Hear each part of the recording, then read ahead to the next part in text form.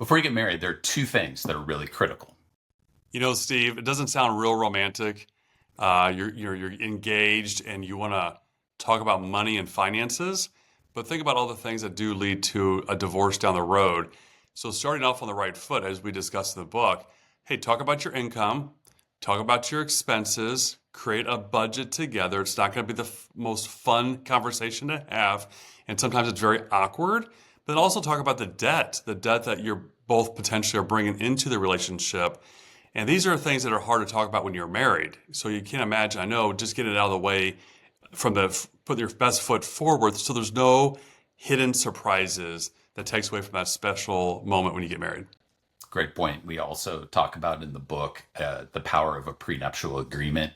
So if one of the parties is coming into this with maybe significant assets or on the other side, significant debt, student loan debt, prenuptial agreement might be very appropriate, very appropriate. Yeah, people think about prenuptial agreement for the rich and the wealthy, but as we discussed more importantly, a lot of people come in with student loans, and if that person passes away, that prenuptial agreement could very well help the surviving spouse by not having to be obligated to pay that expense. hmm And sometimes I think people can be tied together with the other person's debt when they get married. We talk about that in the book as well, right? That even though you may not try to commingle assets, so to speak, and maybe not have one person responsible for that other person's debt, sometimes that can happen if you're not careful, right? Right, exactly. And I've got, clients in their 80s that still have their own separate checking accounts, but you know what? It was communicated and it works for them.